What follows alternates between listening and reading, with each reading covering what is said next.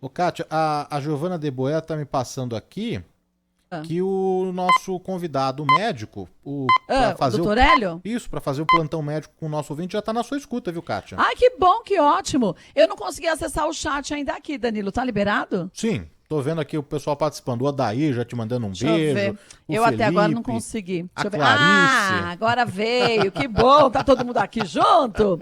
Olha, doutor Hélio Castelo, seja bem-vindo ao Do Bom e do Melhor. Tudo bom? Tudo bem, Kátia? É um prazer estar aí com vocês, Danilo também.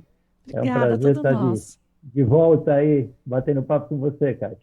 Agora, a gente estava comentando, doutor Hélio, o prazer é nosso também, mas que a gente passou nessa semana por duas mortes causadas por problemas cardíacos e com causas diferentes, vamos chamar assim.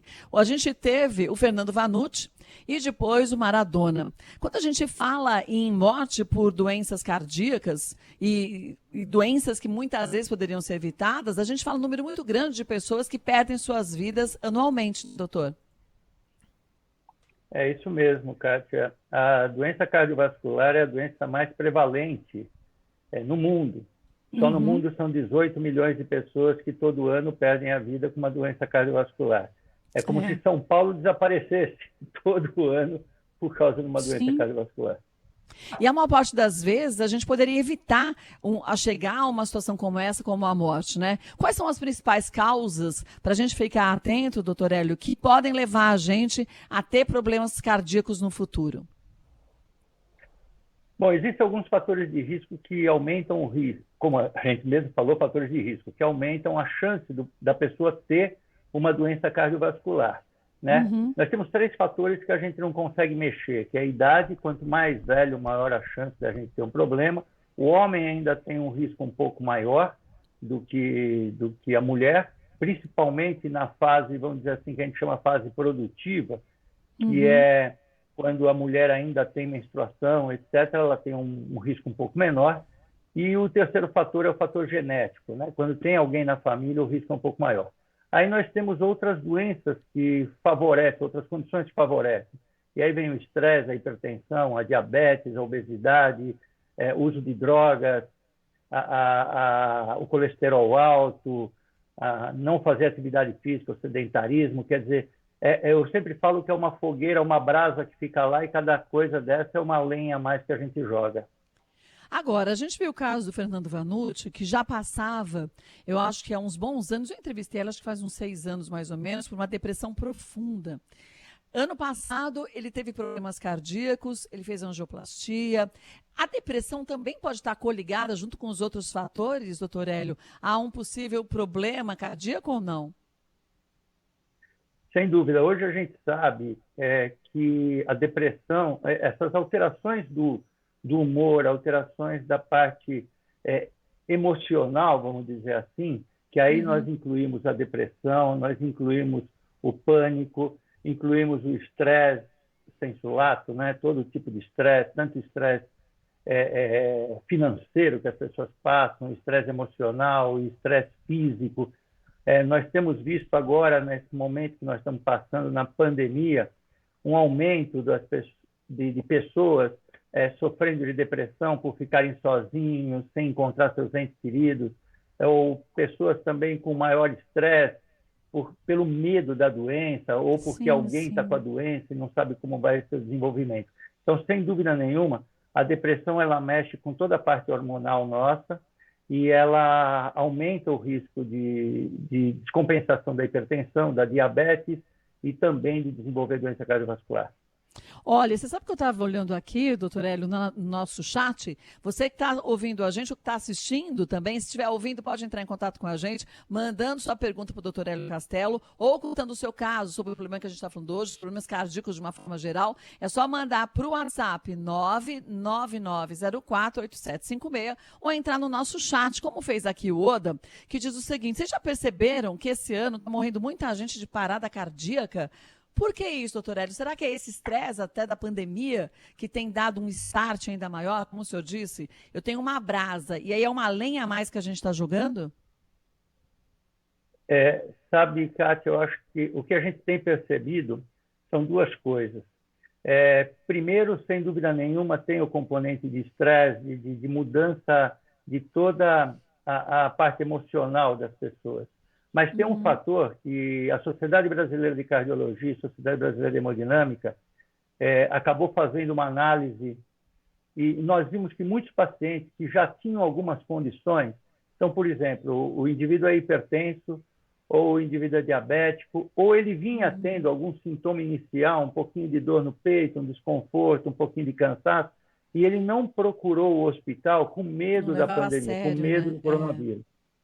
E aí o que aconteceu? Ele acabou se aguentando em casa. E hoje, há muitos anos, a gente já sabe que o indivíduo, antes de ter um evento agudo, que seria o infarto, que é uma das causas principais de parada cardíaca, nos 30 dias que precedem, a maior parte dos pacientes tem algum tipo de sintoma, que às vezes é um sintoma que ele acha que é bobo, quer dizer, ele vai para uma escada, ele tem um pouquinho mais de dificuldade. Oi? Desculpe.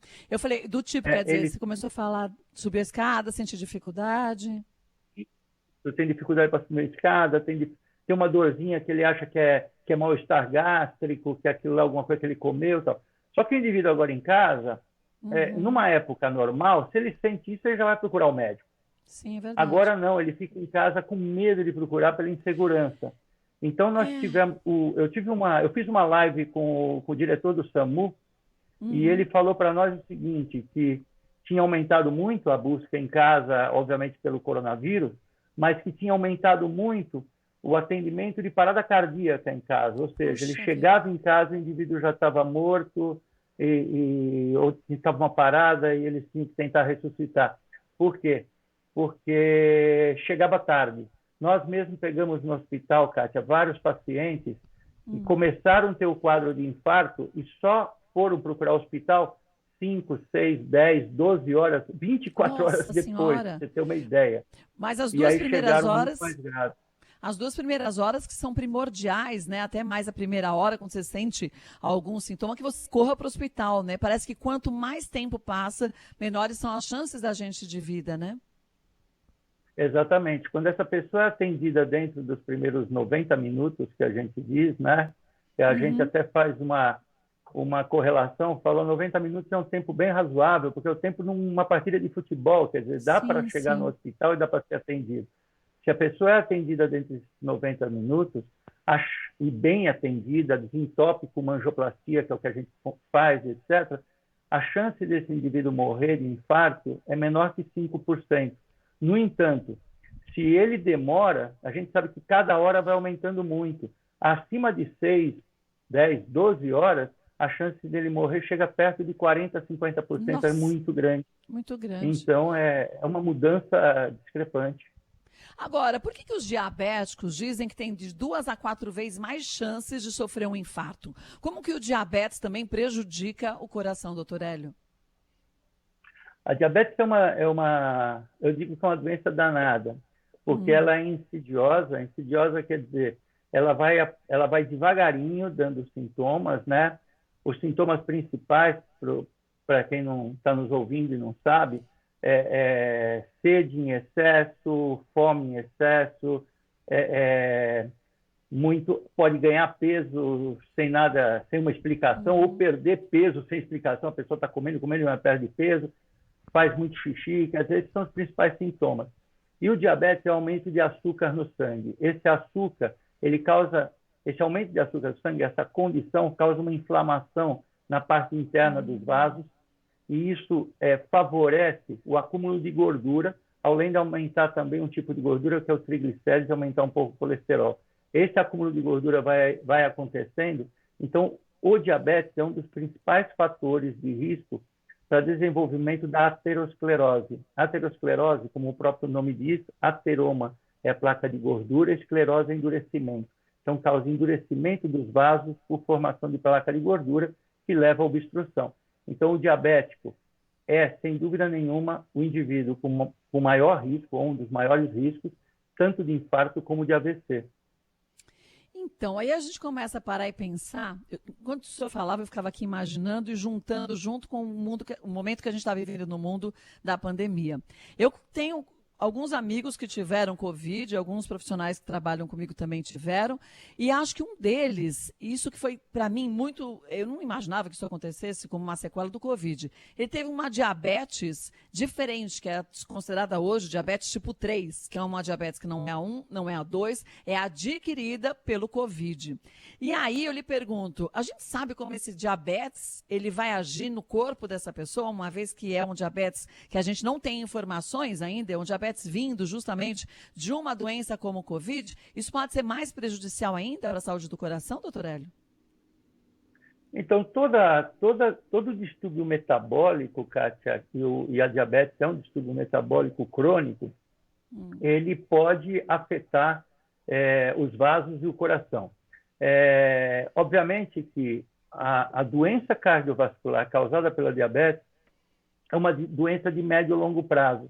Ou seja, o indivíduo, vamos dizer, eu estou com mais de 50 anos, se eu tiver um infarto agora e se eu fosse diabético, provavelmente essa obstrução levou anos para se formar, ela vem se formando aos poucos.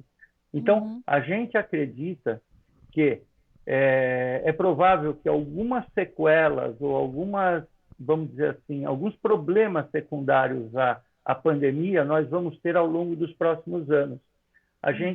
Existe um gráfico que é muito interessante, que teve um tempinho, no começo da pandemia eu acabei postando, que é o seguinte: nós temos 3 momentos da pandemia, independente dessa coisa de primeira, segunda, terceira onda, não é isso, mas 3 momentos. O primeiro momento é o momento daquela infecção aguda, ou seja, o indivíduo começa a ter dor de cabeça, cansaço, febre, falta de ar eventualmente se for mais grave, e sintomas gripais, dor no corpo todo. Parece, quem teve, eu tenho amigos que tiveram, eu ainda não tive, mas é possível que eu tenha amanhã ou depois, dizem que parece que você foi atropelado. Esse é o momento da inflamação aguda. Depois nós temos um momento que é da pessoa na recuperação, que a gente necessita de fisioterapia, necessita de uma série de coisas. Agora, a gente sabe que como é um vírus que ele atinge a imunidade da pessoa, atinge o sistema autoimune, nós estamos vendo algumas pessoas tendo problema ao longo do tempo, ou seja, depois. Então, são indivíduos, por exemplo, que tiveram pequenas tromboses, por exemplo, trombose é a formação de coágulo dentro dos vasos. São pequenas tromboses em alguns vasos. Eu tive um conhecido, um amigo, que ele acabou tendo, depois que ele saiu do hospital, uma dor óssea, e aí foi ver, teve trombose no vaso que nutre um dos ossos da perna. Gente, mas então, isso vai ser difícil, né? Exatamente. E aí talvez ele vai ter que colocar até uma prótese. Então, para você ver que é uma doença sistêmica, múltipla, e que a gente tem que acompanhar esses pacientes ao longo do tempo.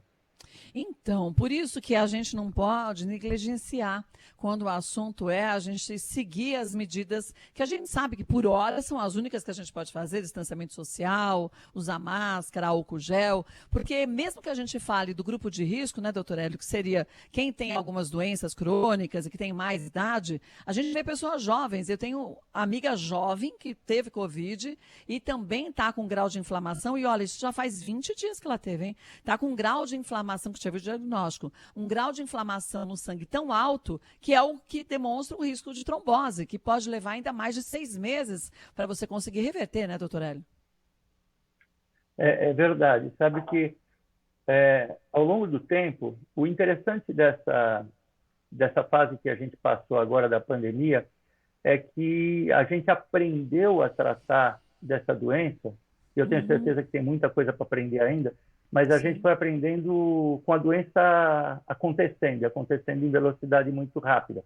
Então, foram várias coisas tentadas, coisas abandonadas, quer dizer, e hoje o que nós aprendemos? Nós aprendemos o seguinte, que a hora que o indivíduo começa a ter os sintomas, a gente tem que fazer vamos dizer assim, uma triagem, ou seja, a gente tem que avaliar esse indivíduo, tem alguns exames que a gente pede, para tentar entender qual o grau de inflamação que o vírus está causando no corpo dele, se está comprometendo o pulmão, quanto está comprometendo, mais ou menos, e acompanhar isso ao longo do tempo. Existem pessoas, eu tive pacientes que ficaram em casa muito bem, não tiveram nada, praticamente sem sintoma, Sério? ou como o pessoal fazia pejorativamente, falava que era uma gripinha, mas eu tive pessoas que foram para a UTI, foram para o hospital, passaram maus bocados, a maioria, graças a Deus, saiu bem depois, mas que até hoje nós temos conhecidos, eu tenho médicos, inclusive amigos, que até hoje estão fazendo fisioterapia porque não conseguem respirar como respiravam, Então, ou que pois não é. conseguem fazer o exercício que faziam antes. Então, é uma doença que ela causa, em algumas pessoas, num número razoável, deixa a pessoa debilitada por um tempo um pouco maior. A gente ainda tem que levar muito a sério, como você falou. Verdade. Olha, algumas perguntas e alguns depoimentos têm chego aqui para a gente pelo canal do YouTube. O Carlos Tadeu falou assim: infarto é sempre fatal? Não é sempre fatal, não, né, doutor Hélio? Não. O infarto, se você tratar, como eu falei naquele momento, se você for rápido para o hospital e nesse hospital receber o tratamento adequado, correto, vamos dizer assim, a chance da pessoa morrer é em torno de 5% ou até menor. Se você ficar em casa, o risco é muito alto. Então, nós temos... e a gente compara com o que a gente fazia na década de 50. Como na década de 50 a gente não tinha muito tratamento com infarto, né? Não tinha muita coisa a fazer. Era olhar, tirar a dor do indivíduo e ficar observando. E nós tínhamos uma mortalidade que variava de 30 e pouco a 50% em vários casos. Conforme foram acontecendo as coisas, ou seja, surgiram os hospitais mais equipados, surgiram as UTIs, surgiu o cateterismo que consegue desobstruir através de angioplastia stent, etc. Conforme as pessoas foram conhecendo essa doença ao longo do tempo, hoje, sendo bem tratado, é menos que 5%, agora, se não for bem tratado, ela é muito grave realmente. Por isso que é importante perceber os sintomas ou sentiu algum desconforto, corra para o hospital. Tem que ter medo do Covid? Tem, mas tem hora, gente, que não é esse medo que vai te curar, não. É justamente o atendimento rápido. Danilo, tem algumas perguntas chegando para vocês aí por WhatsApp, né? Opa, ouvinte participando em peso aqui, viu? Que Dá bom. um bom dia aqui pro doutor Hélio. Vamos colocar a primeira participação do nosso ouvinte. Vamos embora. Bom dia, Kátia. Bom É dia. Walter da Praia Grande. Eu gostaria de fazer uma pergunta a esse doutor que está sendo entrevistado. Eu tenho um marca-passo e eu gostaria de saber que tipo de risco eu tenho de ter uma parada cardíaca. Se o meu marca-passo influi negativamente nessa possibilidade. Um abraço, muito obrigado. Beijo para você, Walter. Beijo a todos da Praia Grande. Doutor Hélio, quem tem marca-passo pode ter alguma complicação e chegar a ter um infarto ou não? São duas coisas. Ter o marca-passo e infarto são duas coisas diferentes. O marca-passo, geralmente, ele é implantado para tratar de uma arritmia que causa um bloqueio no sentido de fazer o coração bater mais devagar. É um bloqueio elétrico, não um bloqueio na circulação de sangue. Então, é um bloqueio elétrico. O coração é um saco de músculo que, como todo músculo do nosso corpo, ele funciona através de estímulo elétrico. A diferença do coração, eu sempre falo, do músculo do teu braço, é que o teu braço mexe quando você quer. O coração, ele bate autonomamente. Então, o teu cérebro estimula o coração através de estímulo elétrico a ficar contraindo. Quando você tem algum problema nesse estímulo elétrico, na condução da eletricidade dentro do coração, o coração bate muito devagar ou bate fora de algum compasso. Em alguns casos, a gente tem que colocar um marca-passo. Isso não aumenta nem diminui a chance de infarto. No entanto, de parada cardíaca pode aumentar se a pessoa não fizer o acompanhamento do marca-passo. Ou seja, quando a pessoa coloca o marca-passo, ela tem que acompanhar ao longo da vida dela. Por quê? Marca-passo é uma bateria que estimula o coração. E ela tem uma durabilidade, em média, de 10 a 12 anos a bateria. Depois você tem que acabar trocando.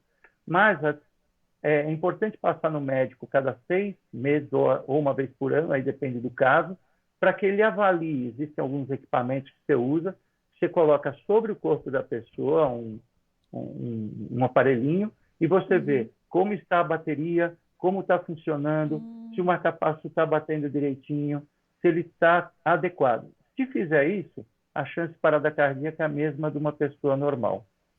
É que tem muita gente, você lembrou bem, né, doutor Hélio, que coloca o marca-passo e fala, bom, eu vou só nos meus exames de rotina. Aí, no momento de pandemia, eu tinha que ir, esse ano não fui, já acumulou 2 anos, e aí não deixa de ser uma máquina que está funcionando dentro da gente, que pode, como tudo na vida, pode ter que ter um reajuste, seja lá de bateria ou de qualquer coisa, e quando a gente fica sabendo logo de início, não dá justamente parada cardíaca, porque ele para de funcionar e a pessoa vem a falecer, né? Exatamente. Kátia, sabe que eu sempre faço uma analogia que é muito interessante. Todos nós temos ou tivemos filhos, enfim.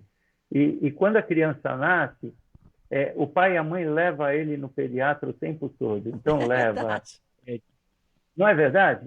Toda semana, depois é uma vez por mês, depois é uma vez cada 6 meses. Leva bonitinho. Quando a criança começa a chegar lá para os 8, 9, 10 anos, abandona, não leva mais. E esse indivíduo só vai no médico quando ele passar mal lá na vida adulta. Então, ele passa 10, 15 anos sem fazer nenhum tipo de check-up. E eu acho engraçado porque a gente não faz isso com o carro, né? O carro você leva, faz a manutenção bonitinho e tal. Então, eu sempre falo, continua, faz de conta que você é uma criança, vai pelo menos uma vez por ano no médico. Assim, fica fazendo um check-up rotineiro.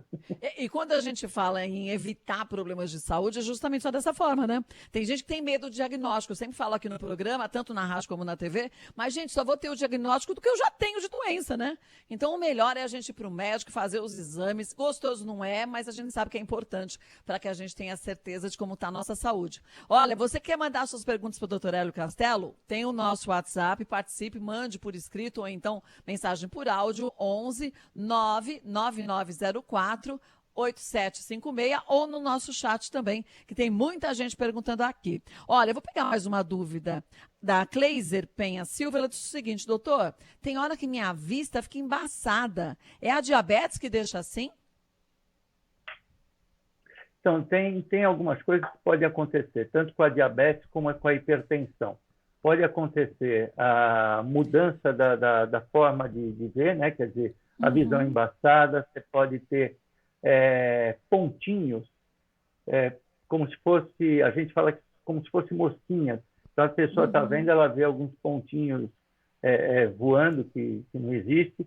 Isso geralmente é com a hipertensão. E o diabético, pelo jeito, essa sua ouvinte é diabética.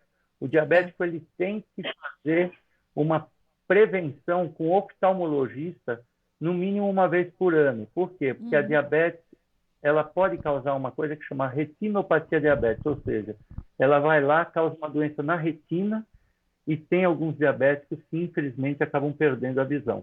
Então, eu já tive pacientes com 20 e poucos anos perdendo a visão por causa de diabetes.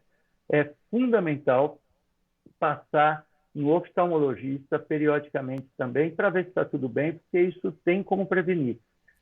Kátia, você falou uma coisa muito interessante, né? Quer dizer, as pessoas acabam não procurando, etc. Tal, sim. Mas elas têm que lembrar até que prevenção é mais barato que o tratamento.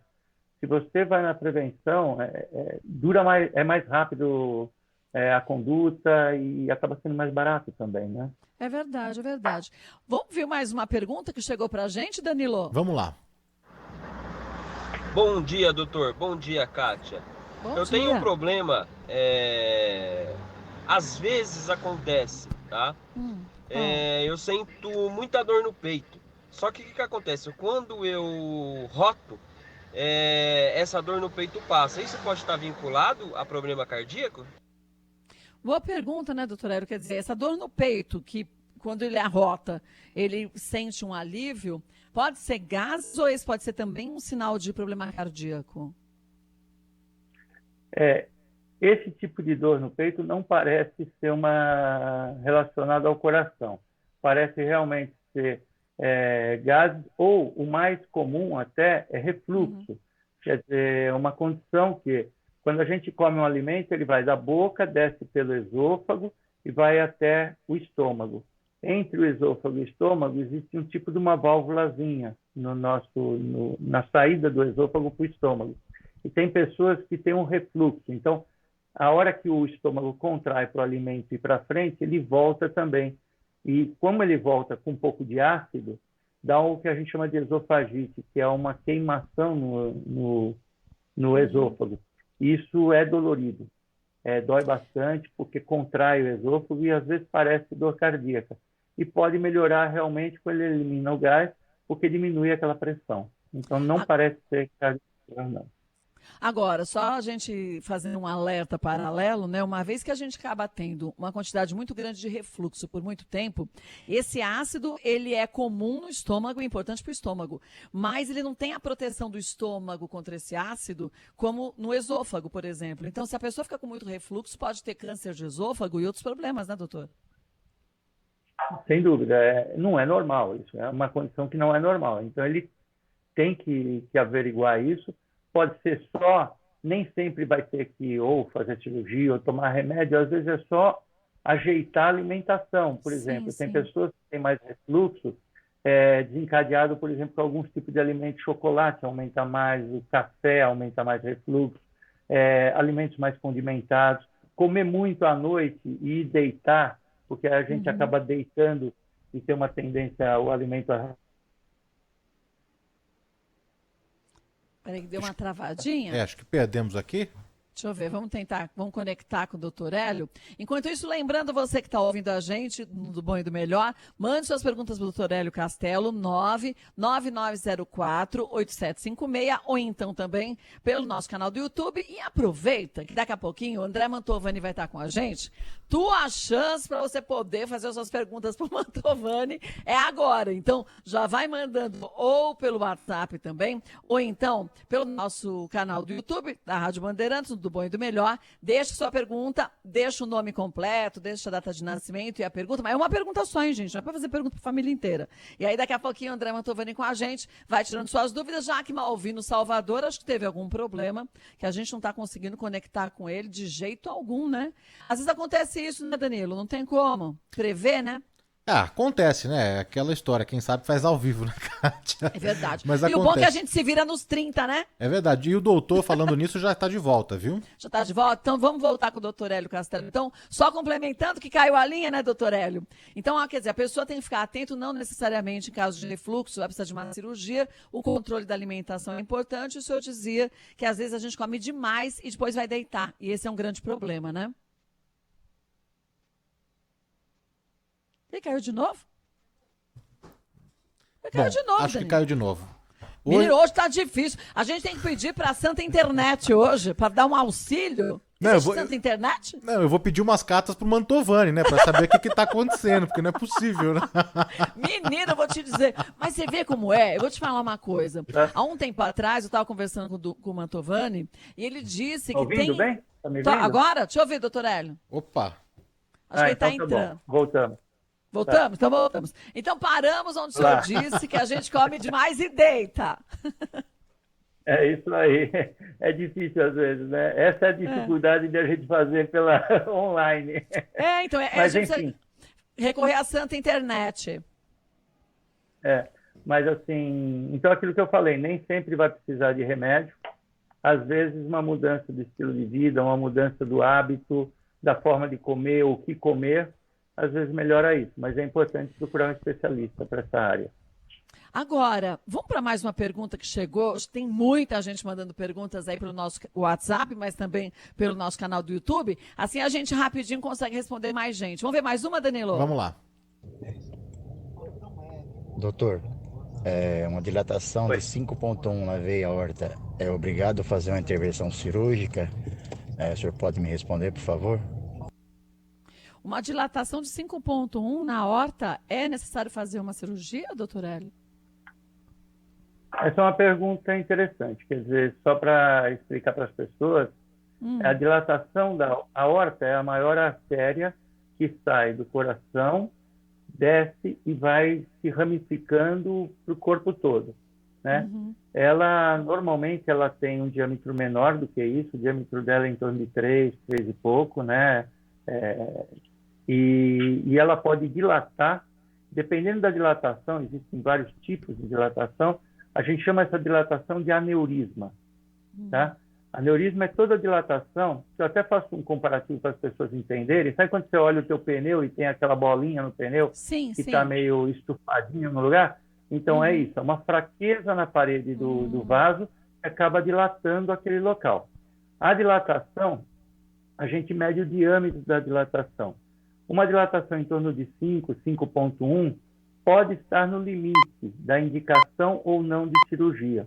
Então, vale a pena ele acompanhar com um cirurgião vascular. Hoje, nós temos possibilidade de tratamento endovascular de quase todos os aneurismas. Qual a diferença?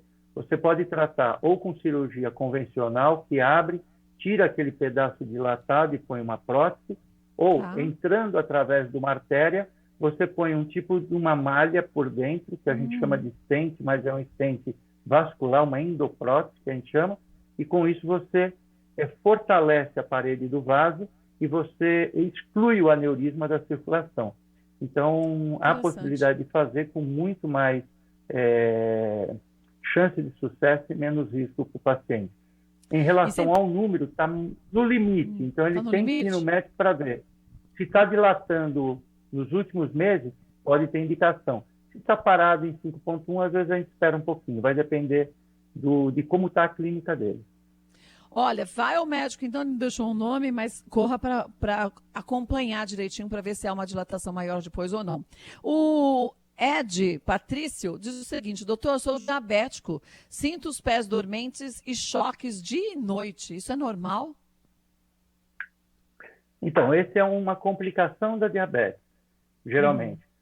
A diabetes pode causar uma neuropatia, que a gente chama. Então, por essa elevação do nível da glicose, ela pode irritar tanto os vasos, com isso pode dar adormecimento, né? O mesmo entupimento, vamos dizer assim, que ela pode causar nos vasos do coração, pode levar ao infarto, ou nos vasos do cérebro, que pode levar ao AVC, ela pode causar obstrução nos vasos das pernas, principalmente nos pequenos vasos. E com isso, diminui a circulação para as pernas. Além disso, ela pode inflamar os nervos. A gente chama de neuropatia. Tanto que todo mundo já ouviu falar que o diabético ele diminui sensibilidade. Então, meu avô mesmo, lá na década de 70, meu avô ele morreu de uma complicação do diabetes porque ele colocava o pé dentro do sapato. Na época, a sola do sapato era pregada com preguinhos, né? Sim, sim. E ele furou o pé sem perceber várias vezes, porque ele não tinha sensibilidade nos pés por causa da diabetes. Ele teve que cortar o dedo, cortou o pé, quer dizer, ele teve um problema sério. Isso ainda acontece hoje para quem não cuida do diabetes. Então, volto a falar, diabetes é uma doença que tem que cuidar e não tem cura, tem que cuidar pro resto da vida. Mas dá para viver bem mesmo com diabetes. É verdade. Vamos para mais uma pergunta, Danilo? Vamos lá, o ouvinte participando em peso aqui, viu, Kátia? Que bom! Ótima entrevista com o doutor, viu? Parabéns. Obrigada. O Fernando do Brooklyn. Queria tirar uma dúvida. Eu não tenho problema aparente de saúde, vou sempre no médico, tudo, mas de quanto em quanto tempo deve-se fazer um check-up e que tipo de check-up? Mesmo para uma pessoa que, como eu tenho 54 anos, pratica exercício, tem uma saúde boa aparentemente, mas tem tipos de check-ups diferentes para cada condição de saúde das pessoas? Obrigado. Beijo para você, Fernando. Beijo a todos os ouvintes que estão mandando aqui recados para a gente. Doutor Hélio, que tipo de check-up a gente pode fazer? Um check-up básico. Que exames são importantes para detectar alguma doença inicialmente? Hoje a gente faz esse check-up, essa avaliação, bem direcionada para os grupos de risco e para a idade da pessoa. Então, por exemplo, quando você pega um indivíduo de 30 anos, aquilo que eu te falei, né? A pessoa para de ir no médico aos 10 anos de idade e depois só vai voltar aos 20 anos quando passa mal. Então, se ela continuar, o que você faz? Você vai acompanhando a saúde da pessoa e, de acordo com a faixa de idade e do desenvolvimento dela, existem alguns exames que você faz mais ou menos. Então, você pega uma pessoa de 30 anos, por exemplo, você não precisa fazer um monte de exame cardiovascular. Você faz alguns exames com eletro, você faz exames de sangue para ver se a pessoa tem propensão a diabetes, o colesterol, enfim. Quando a pessoa chega na idade do Fernando, por exemplo, que é 54 anos, mesmo ele correndo, e principalmente porque ele corre e faz exercício físico, esse indivíduo tem que fazer uma avaliação cardiológica anual, tá? Então é importante que ele vá no médico, ou no clínico geral, ou no cardiologista. Lá ele faz alguns exames para ver se o coração dele está legal. É importante com 54 anos que ele faça alguma avaliação com o urologista, pelo menos uma vez cada 4 ou 5 anos, a depender do que é encontrado e dependente do antecedente da família. E nessa idade também, uma das coisas que a gente faz pelo menos uma vez cada 4, 5 anos é uma avaliação colonoscópica do intestino, porque a partir dos 45 anos, 50 anos, aumenta o risco de câncer de intestino. Então, é outra coisa que a gente faz o check-up. Então, veja bem, se vamos dizer que ele não vai no médico todos esses anos, nunca mais foi no médico, agora ele vai fazer um monte de exames para todas essas áreas. A partir do ano que vem, tudo que deu normal agora, não necessariamente eu preciso repetir. Então, aí você vai acompanhando de acordo com aquilo que a pessoa tem mais risco e tem mais histórico familiar. E às vezes, né, doutor, quer dizer, quando a gente fala em histórico familiar, hoje em dia a gente tem um diagnóstico mais preciso. Se a gente fosse pensar no tempo dos nossos avós, a pessoa morria e falava, é coração. Morreu, é coração. Não se tinha um diagnóstico, porque a gente não tinha essa eficiência também da nossa medicina, que era levada para todo mundo. E aí mesmo também porque a gente hoje tem exames muito mais precisos, que antecipam a doença de uma forma mais crônica. Então, por isso, talvez hoje a gente veja mais pessoas doentes do que antigamente. Quer dizer, hoje a gente tem mais diagnósticos do que a gente tinha antes, né? Sem dúvida. Hoje nós temos até, em algumas doenças, por exemplo, no câncer de mama, você tem como fazer um mapeamento genético e saber se aquela pessoa, vamos dizer assim, sua mãe teve câncer de mama e a sua tia teve câncer de mama e você está com medo, etc. Tal, você pode fazer um mapeamento genético. Infelizmente, não é acessível para todo mundo, até pelo custo, etc.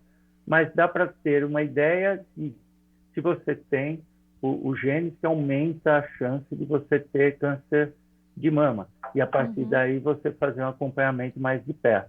Agora, fora isso, que ainda não tem acesso para todo mundo, você tem, por exemplo, uma mamografia que você pode fazer rotineiramente, deve fazer, e dá acesso a toda a população. Então, com isso, você faz uma prevenção muito legal do câncer de mama, por exemplo. Verdade. Bom, vamos para mais uma pergunta aí, Danilo? Opa, vamos lá. Bom dia, doutor. Bom dia, Kátia. Bom dia a todos da Band. Eduardo Zago de Mauá. O meu sogro tem 87 anos já completos e nunca fez a aferição no marca-passo.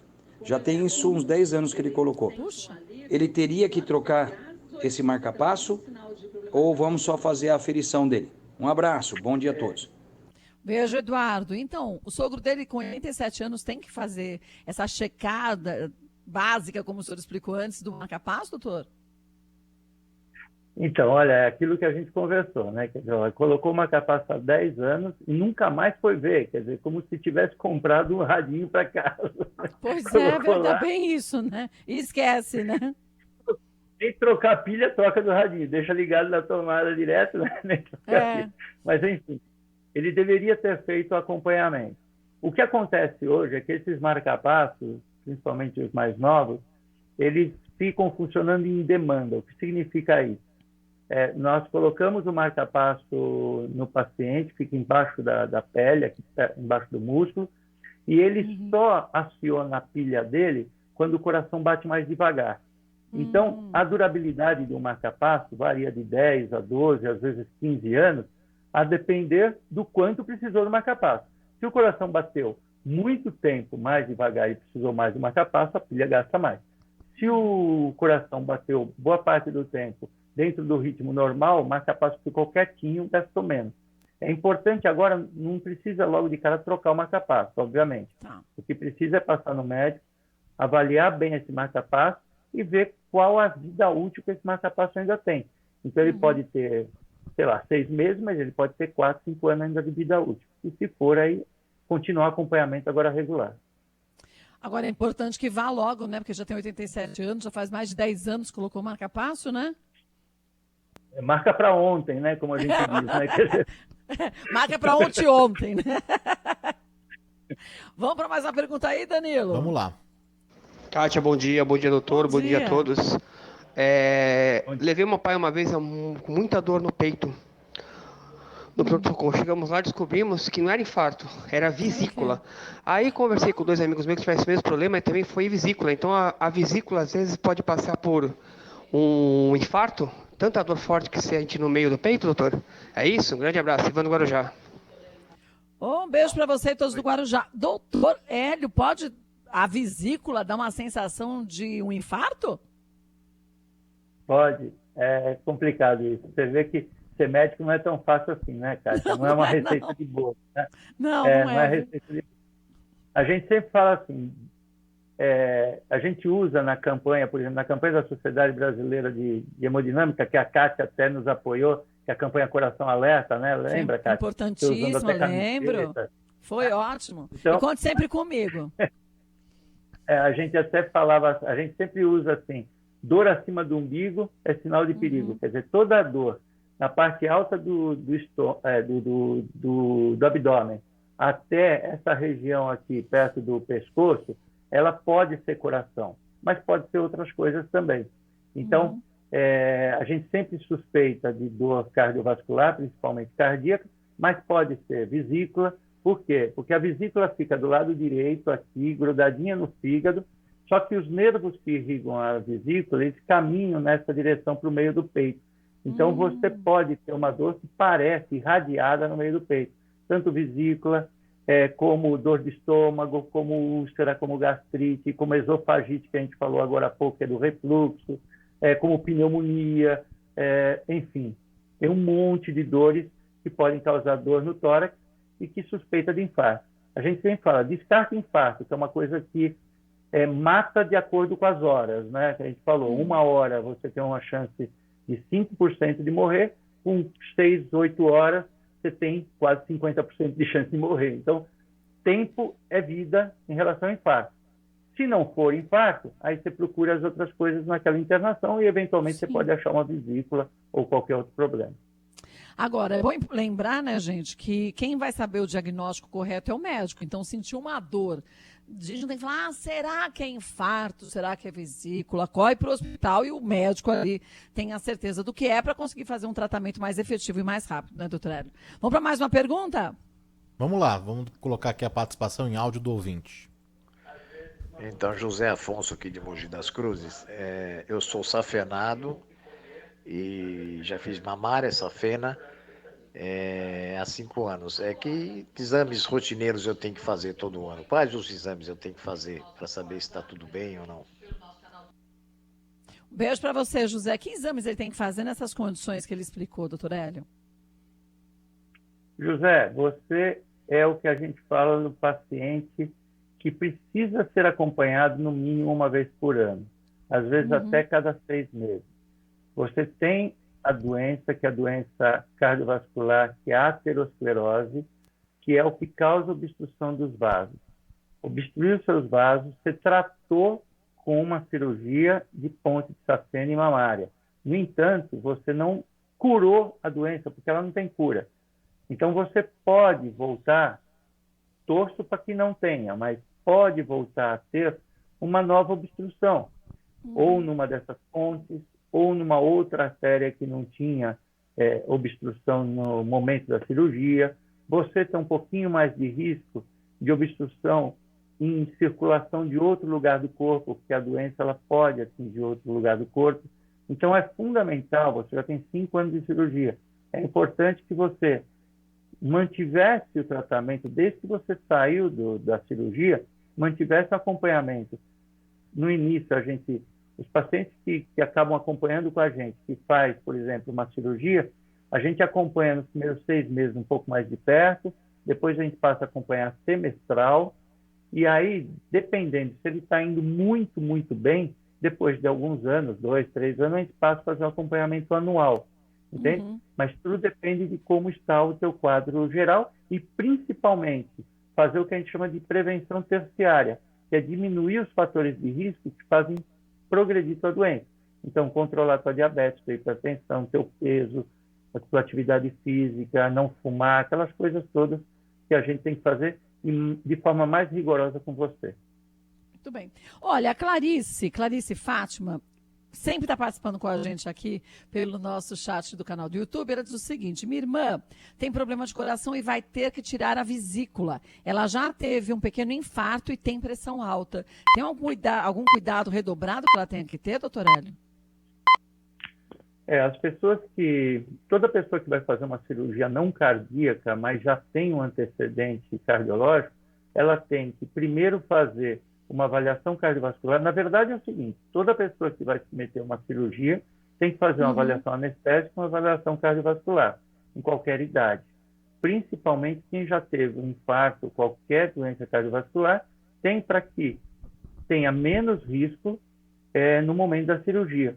Porque a cirurgia, seja ela qual for, desde uma cirurgia pequena até uma cirurgia grande, ela é um estresse para o corpo todo, inclusive para o coração.